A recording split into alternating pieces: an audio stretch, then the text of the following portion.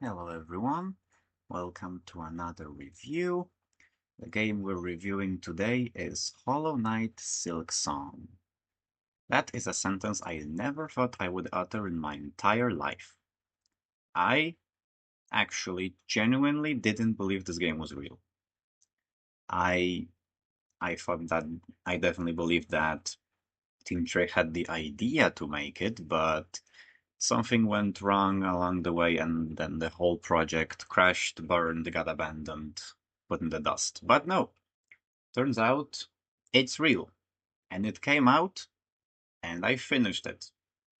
And now that begs the question, is it a good game? Yes. Is it a great game? Yes. However, is it my personal game of the year? No. And is it better than Hollow Knight 1? That's a bit harder to say. So, as usual, I will divide this review into a spoiler-free and a spoiler-full part so that you can get my perspective on it with and without spoilers if you wish.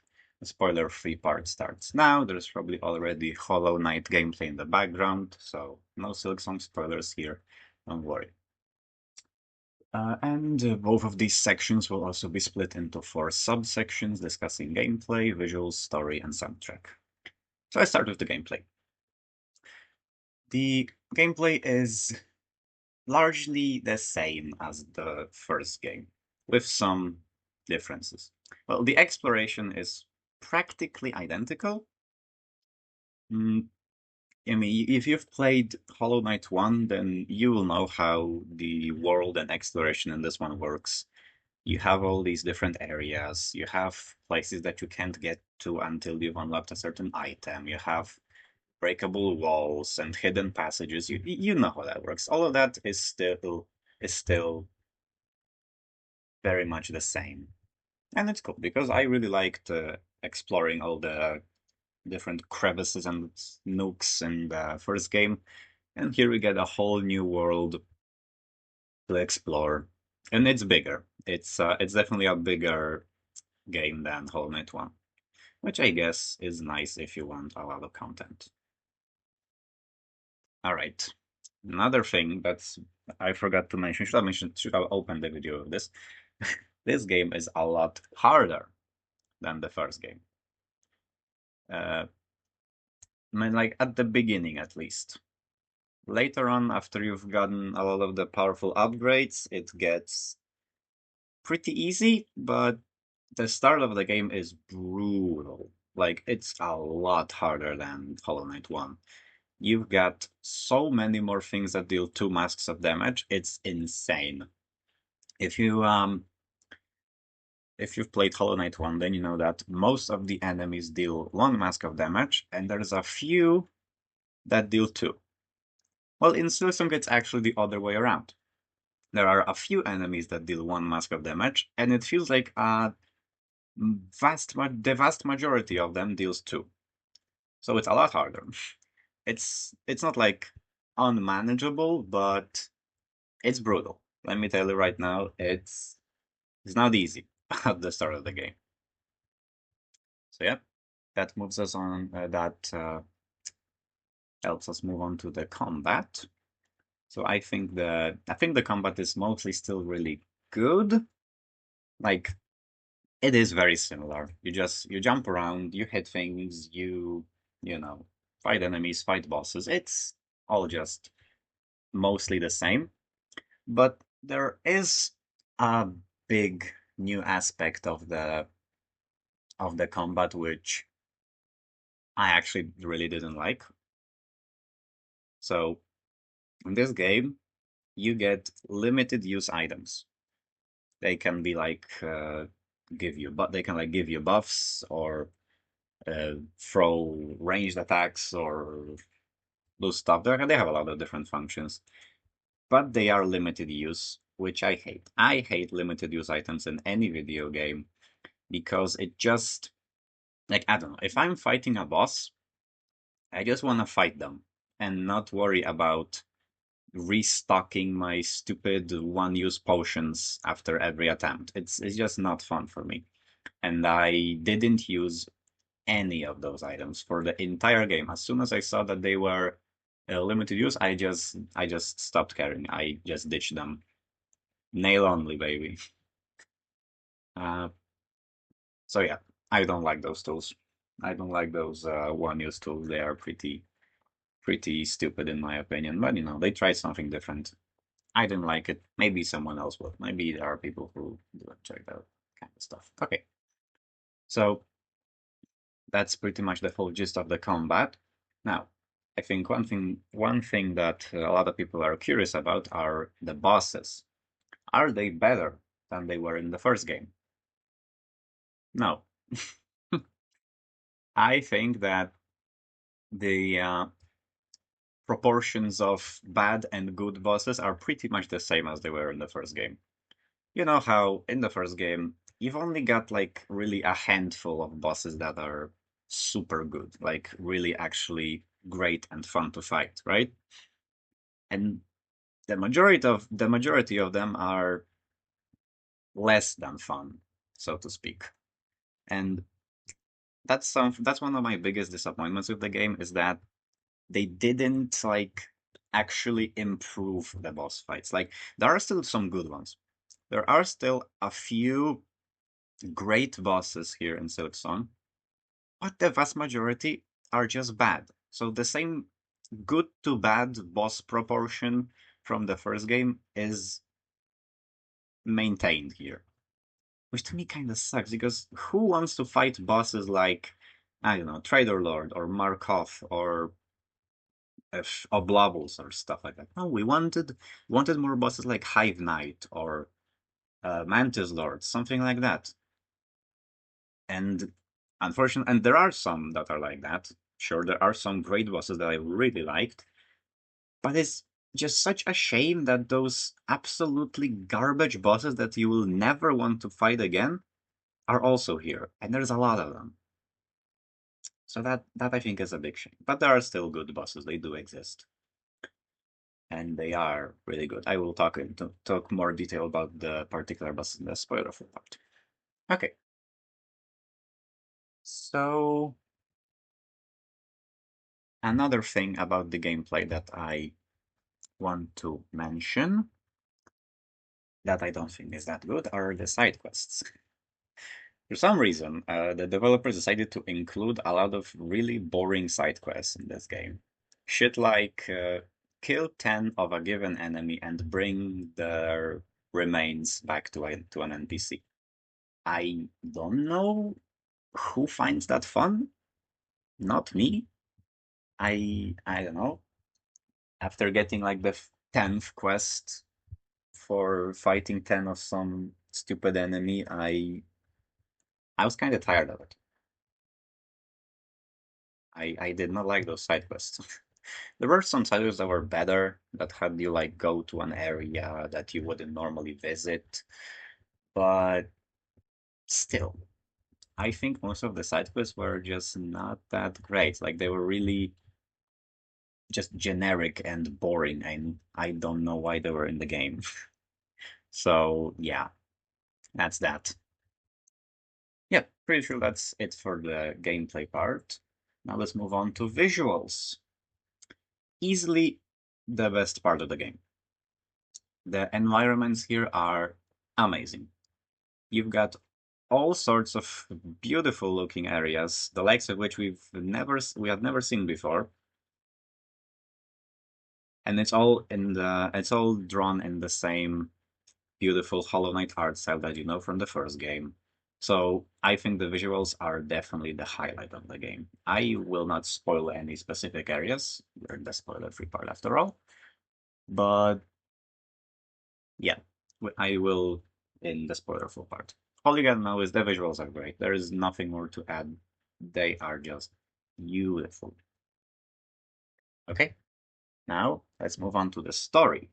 I'll have a lot to say about this in the spoiler-full part, but for now, let me just tell you that the story in this game is not good.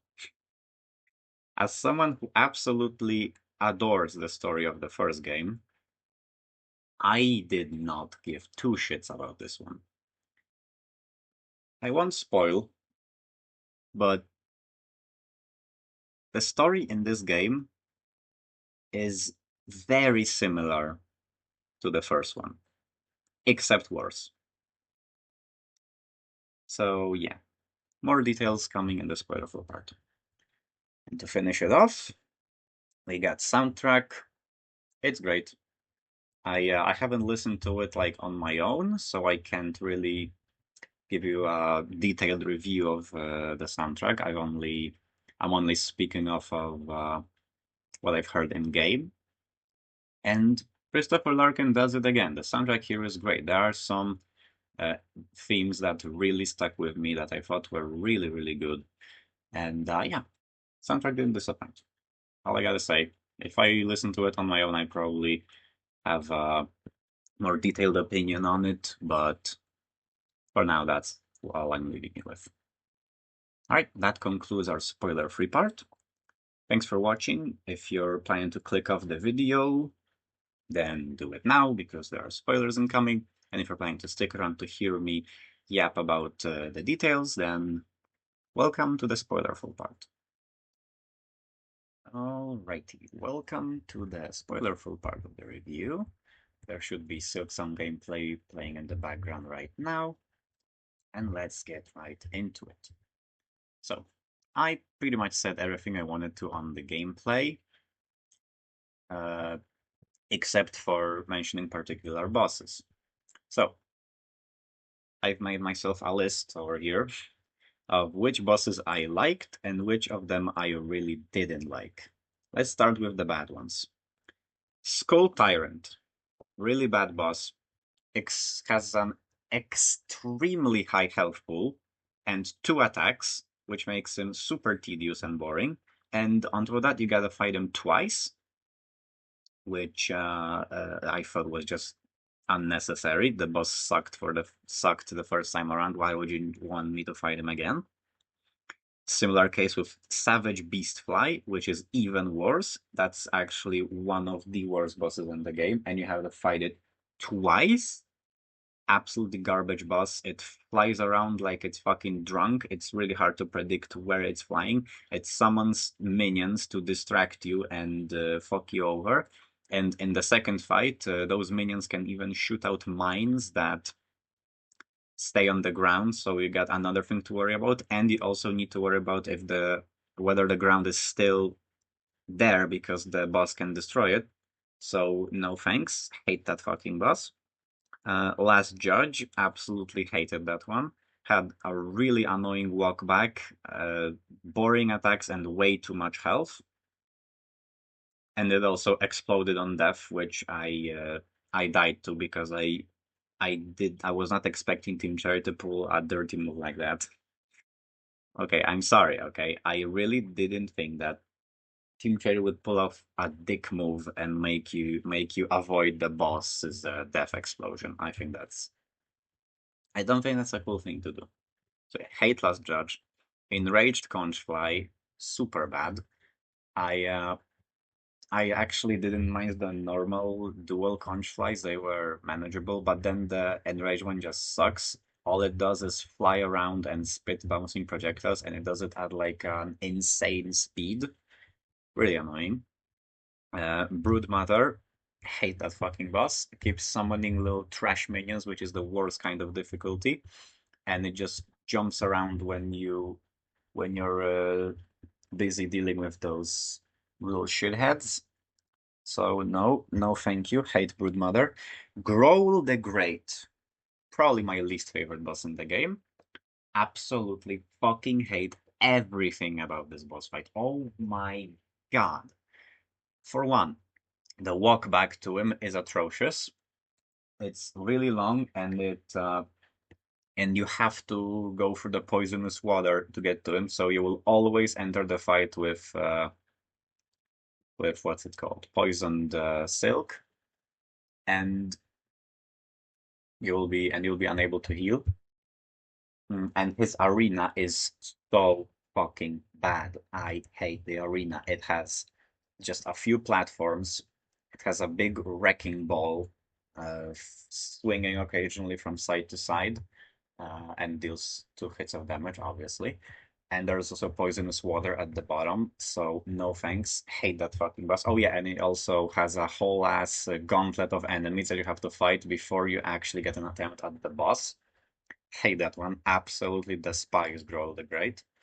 Mm, Bell Eater, also really hate that one. That boss is really similar to Skull Tyrant in the sense that it has 2 attacks and a million health, which is super boring in my opinion. Lost Garment is another boss I really didn't like. Well, he wasn't that hard since I had all the crazy upgrades like the Quick Slash or the fully upgraded sword, but he was annoying. Like that attack where he like spits out the void globs out of himself was just so atrocious, and I hated it. Mm, Narratively, I think it was a very touching and sad moment, but we're talking about the gameplay here, okay? And a similar thing with Lost Lace, the final boss. That is a giant shame that they decided. It's a giant shame that they decided to make this the final boss because all it is just normal Lace, except she deals 2 hits of damage, and she also has these generic void attacks that every single void afflicted enemy had, which is not my idea of fun. If I actually didn't really like the Radiance gameplay wise either, but at least she had an original move set. Like at least she was like designed to be the final boss. You know, they made a boss, like a completely new boss to be the final boss, and they didn't just recycle boss you've already fought and given it some attacks that you've already seen. And narratively, I think that boss also sucks, but we'll get to the story in a minute. All right. For a change, let's bring in some positivity. I also noted down a few bosses which I really liked. Let's get to it. Fourth Chorus, I think, was a great boss.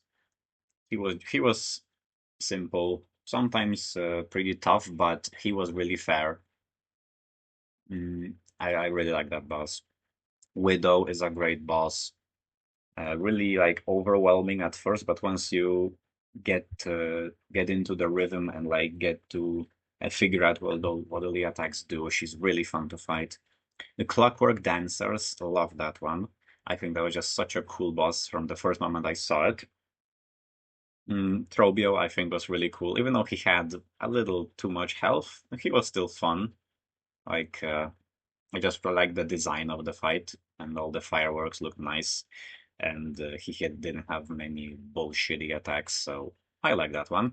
Second Sentinel was really cool. Even though he was super easy, I really just liked him because he's badass and he had learnable attack patterns, so he was really fun. Phantom.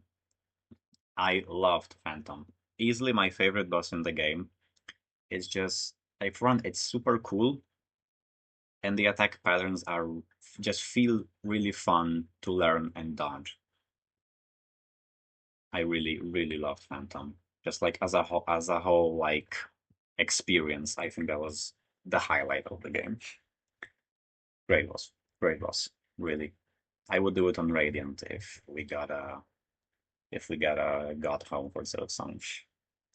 And the last one I have written down here is Caramelita, the boss, the dancing ant lady, who actually I think was a really cool boss, but it's kind of spoiled by the fact that there's a gauntlet of annoying enemies before fighting her, which I will never understand. Why do you give me a gauntlet of little shits before fighting the boss? Like, just let me fight the damn boss. That's because it's a good boss. And for some reason, you're making it worse by adding those trash mobs at the start. I don't know. I don't know why that is. I don't know why they decided to do that. But the boss itself, Carmelita, is super cool. I really like the whole like aesthetic of the fight. It was really fun. Okay, I guess that would conclude the gameplay part because I don't want to talk about the tools in detail or the quests. I already mentioned it in that part. Yeah. Visuals. Okay, I already said that visuals are great, so I can just name drop some of the areas that I really liked. Mm, I think Greymore is my favorite area in the game. I just love the gloomy, dark vibe of the whole place. It's so cool, and the windmills in the background look so nice. I love Greymore. Uh, Sinner's Road I also think is really cool. Like it's a really yucky and kind of gross place, but I don't know. It feels like I kind of like it for that. These kinds of gross areas are always something weirdly enjoyable to me in video games. Not Bilewater though. Bilewater is just garbage. I hated Bilewater. They were just a copy of Sinner's Road, but worse.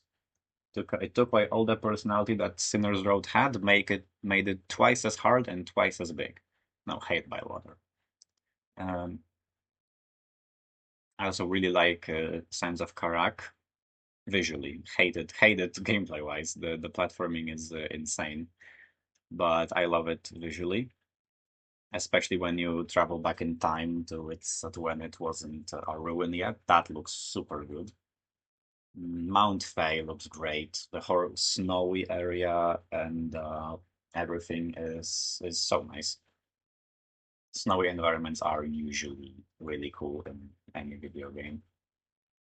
Hated the gameplay wise though. The freezing mechanic, oh boy. It gave me Mount Jogaku flashbacks from Ghost of Tsushima, but even worse. And is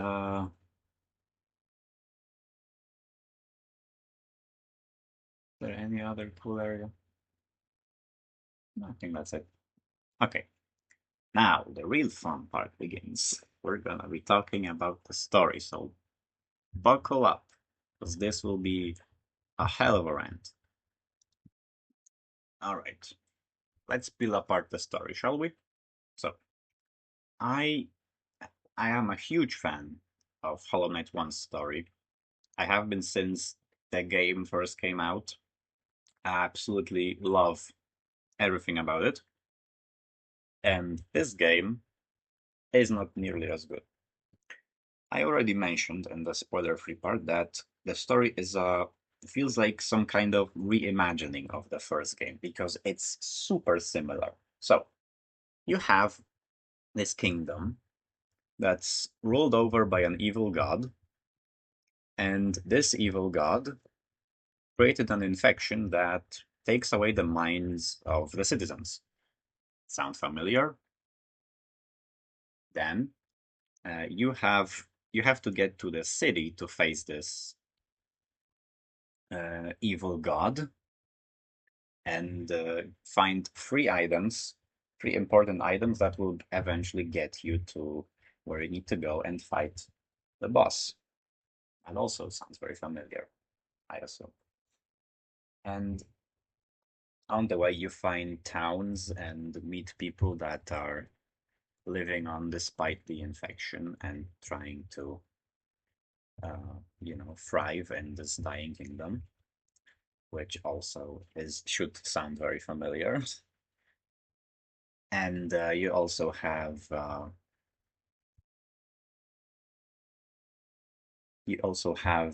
this. You also discover an unknown connection of our protagonist to this realm because, as it turns out, the Weavers, family of Hornet, actually originated from Farloom and later escaped to Hallownest.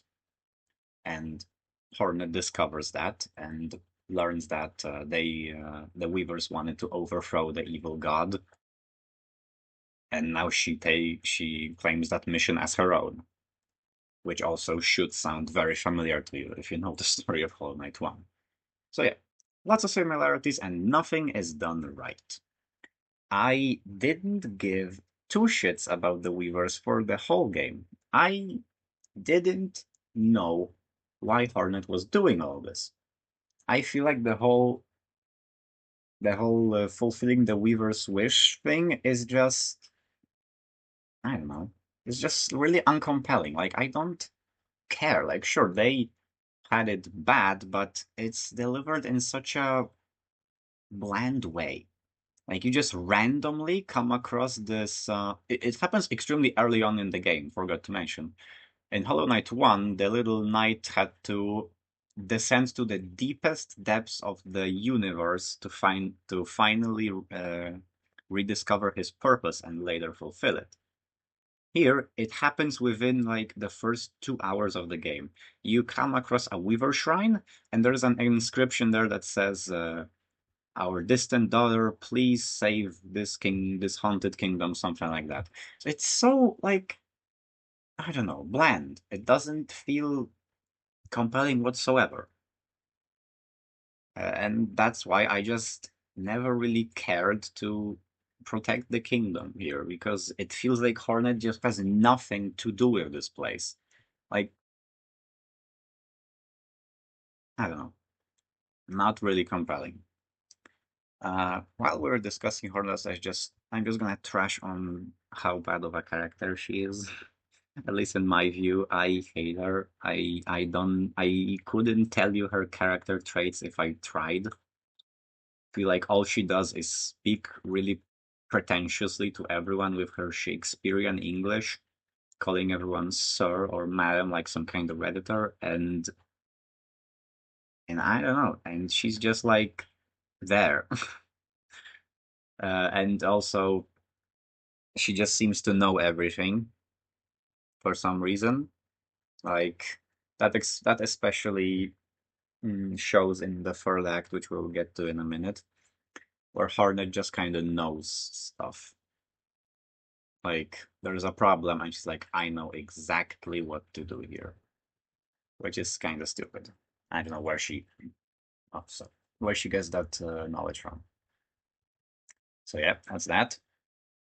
Uh, but the thing that is bothers me the most with this story is the third act. My God, the third act sucks. Okay, is there anything else to trash on in the second act? I guess not, because everything is just so like I said, it seems like it's the same thing, except not as good. And when you finally reach the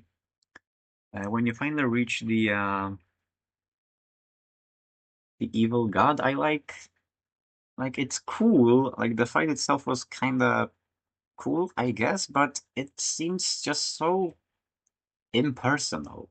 Like with Hollow Knight 1, it was fucking great because all the little knights were created by the king as a way to contain the infection. And then when the little knight gets to the bottom of the abyss, he remembers his purpose and he rallies all of the other shades to fulfill it. It's great. It's just so cool. And here it just like I never felt like Hornet actually cares about this place. Like she should care about it. You find all these Weaver shrines, and I'm like, okay, cool. But also, why should I care? Oh man, and you get all these like memories. Like whenever you get unlock a new ability from one of those Weaver shrines, you get transported to like a mined area, and it's just a complete rip-off of the birthplace cutscene, which is my favorite scene in Hollow Knight 1, where you just have to climb up and there's like subtitles appearing on the top of the screen. Except, this time it it's kind of soulless. Like the Weavers are saying something like being, oh look, we got treated really badly. And you're climbing up, you're like, okay, well, that's bad, but also I'm not gonna stay here and save a place that's not my home, a place that I shouldn't care about. Okay, and then you fight the final boss, Grandmother Silk. Well, she's not the final boss, but she is like the evil god that I was talking about. And it just feels so, like I said, impersonal. Like you don't really care. Sure, you'll save the kingdom and then what? Yippee, the day is saved. We can all go home now. Cool story. And that was my whole that's how I felt about the story before Act 3 came around. That is just kind of bland and not really that interesting compared to the first game. So yeah. Also, before I go into Act 3, I have to God, I keep forgetting things. I'm so bad at reviewing. So I gotta do it more. Mm, the way the story is told in this game is just so much different from the first game. It's more reminiscent of like an just a normal story-driven game where NPCs will just tell you shit. They will just they will just up and tell you what's going on. To even understand what the Radiance was, you had to collect a lot of secret lore from the first game. There were not many people who knew about the Radiance.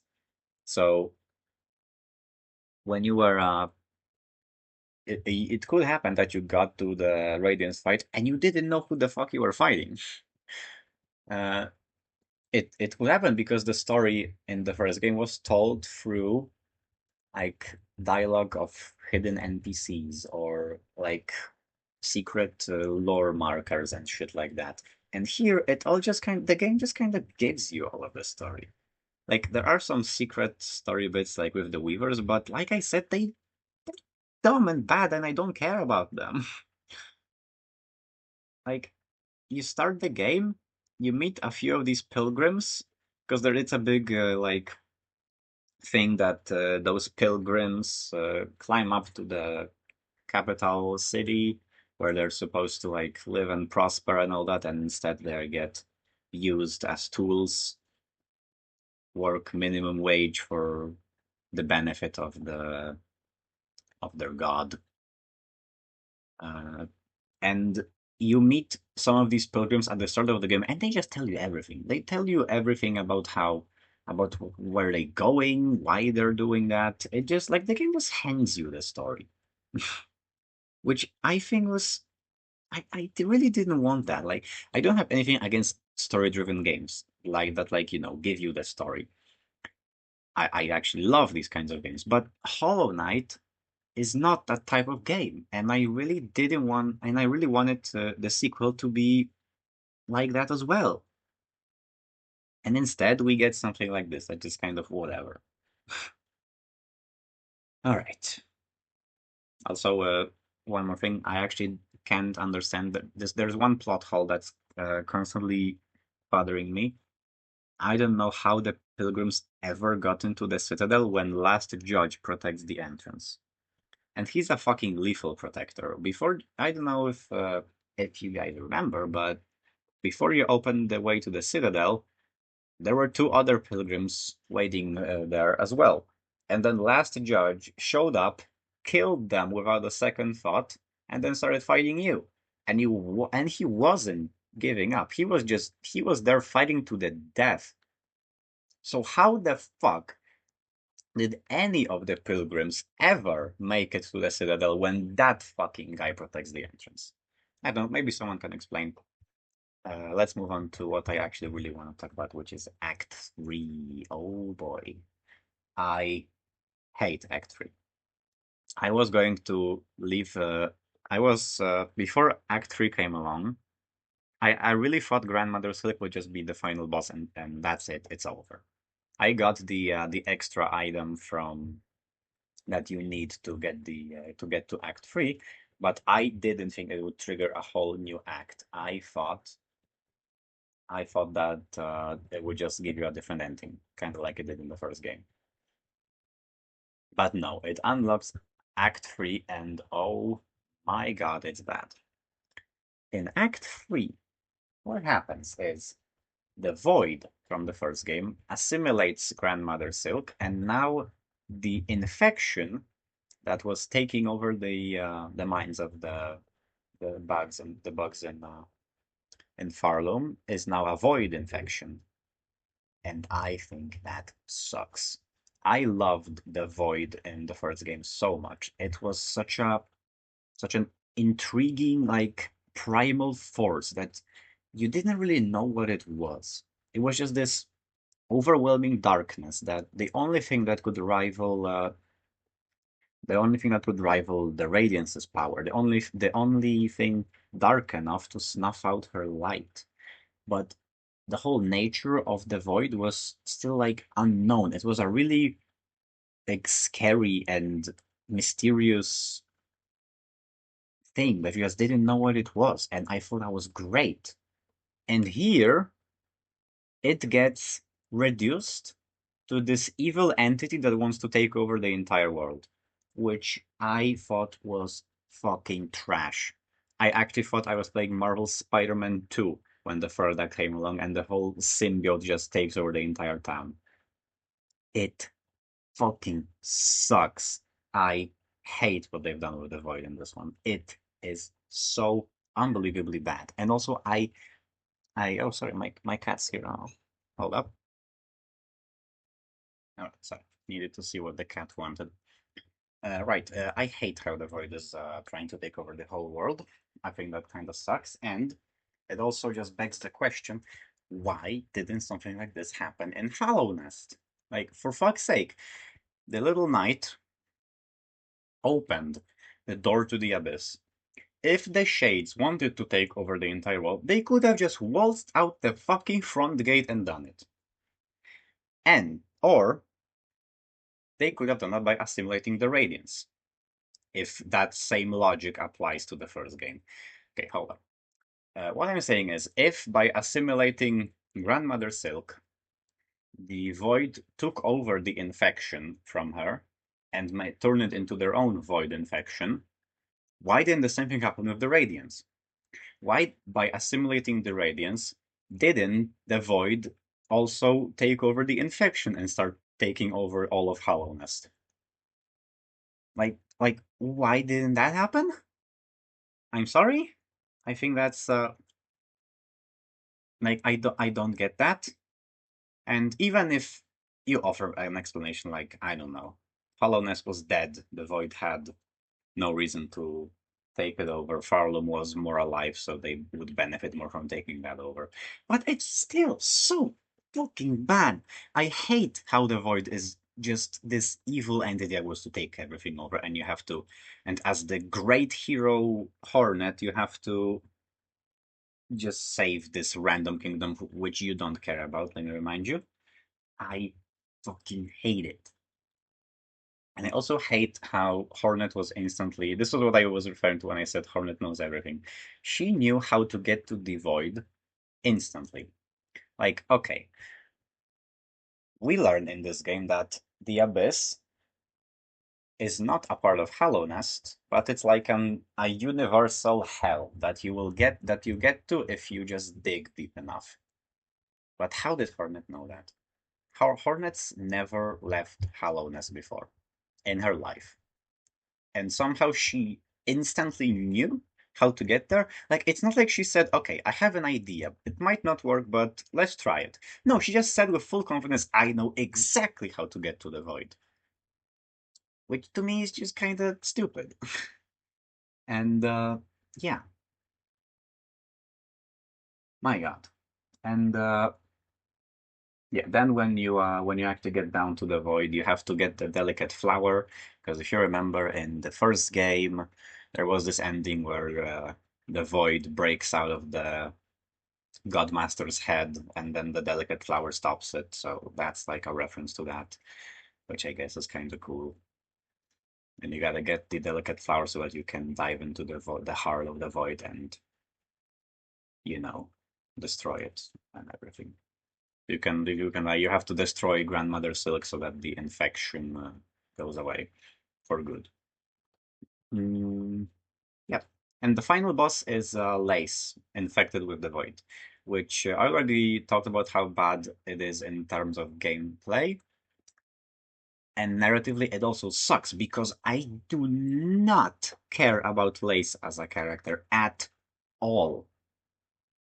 She is the equivalent of Hornet from the first game, where she shows up sometimes and she like fights you a couple times and eventually you become friends. So not only is it Like, is it yet another element that I was taken and perverted from the first game? It's also worse. Wait, it's also bad, what I wanted to say, because that, okay, never mind. So, it's bad. Lace is bad. Hate Lace. I like the story of her is that grandmother Silk made her, and then she like hated that because she felt she was like some kind of abomination and she didn't want to live and all that. You want to kill her mother, all of that. Very sad. Not nearly as deep as what Hornet had, as the story Hornet had in the first game, but you know, whatever. And then she's the final boss, and you're like, okay, cool. I don't care, but whatever. I'll kick your ass, I guess. And the way this game ends is also so fucking stupid. I fucking hate this ending. Oh my god. So, Hornet defeats Lace. She destroys Grandmother Silk and she tries to fly out of the void. But then the delicate flower's strength runs out and she's drowning in the void. And you're like, oh no, what's gonna happen? And obviously, the little knight saves her. Uh, and he brings her to like a safe place in the void, and the game ends with Hornet and Lace stuck in the abyss, which I think is trash because if the little knight was there, why didn't he stop the void from? Uh, this is really weird. This is really weird because when the little knight appears, you have like a flash of his on. You have a close up of his face, and it flashes to the void god that he becomes when you complete the Pantheon of Hallownest. So if that happens, then that means that the Pantheon of Hallownest ending must be canon, right? And if it is canon and the Little Knight actually became the void god, why didn't he stop the infection? Why didn't he like I don't get it. I don't know how. I don't know why he wouldn't stop the infection, but he would save Lace and Hornet. Like, what do they like? Okay, I guess Hornet could mean something to him, and he like grab her and try to turn her to his side or something like that, which is fucking stupid if that's the case. Because once again, why is the Void just the big bad right now? I hate that. But what about Lace? Why does he care about Lace? He doesn't know her. Is just because she's Hornet's friend? Is he also such a great guy, but at the same time wants to conquer the whole universe for some fucking reason? Even though in the first game the Void showed no interest in ever doing that? I don't know. I really hated the ending. It just felt like another thing before I forget. If the Pantheon of Hallownest ending really is the true one, the canon one, then what happened to the pure vessel? If you remember, after you beat the Pantheon of Hallownest, uh, Hornet looks around and the whole infection is like withering away, right? And then the pure vessel walks up and she's like, whoa. She goes on guard and it looks like they're going to fight. And what happened with him? We don't know. He wasn't mentioned for the whole game. Like, there was nothing about, Hornet didn't mention anything about how she fought him or like I don't know, like where he is or anything like that, which sucks because Pure Vessel is my favorite Hollow Knight character. I fucking love that guy. Okay, maybe not like as a character, but he's just so fucking cool. Like he's so cool, and I really like that. Just doesn't compute with me, you know? Because I thought for sure that the canon ending would be the one where you just defeat the Radiants normally. But apparently, since the little knight had the flash of the Void God on him, apparently that's the canon one. I I don't. it doesn't compute with me. It feels like the whole third act was just made for Hollow Knight fans to do the Leonardo DiCaprio pointing finger meme. It was so bad and it ruined the void and I hate it. Fucking argue with me in the comments, I dare you. Okay, my god, that was a long rant.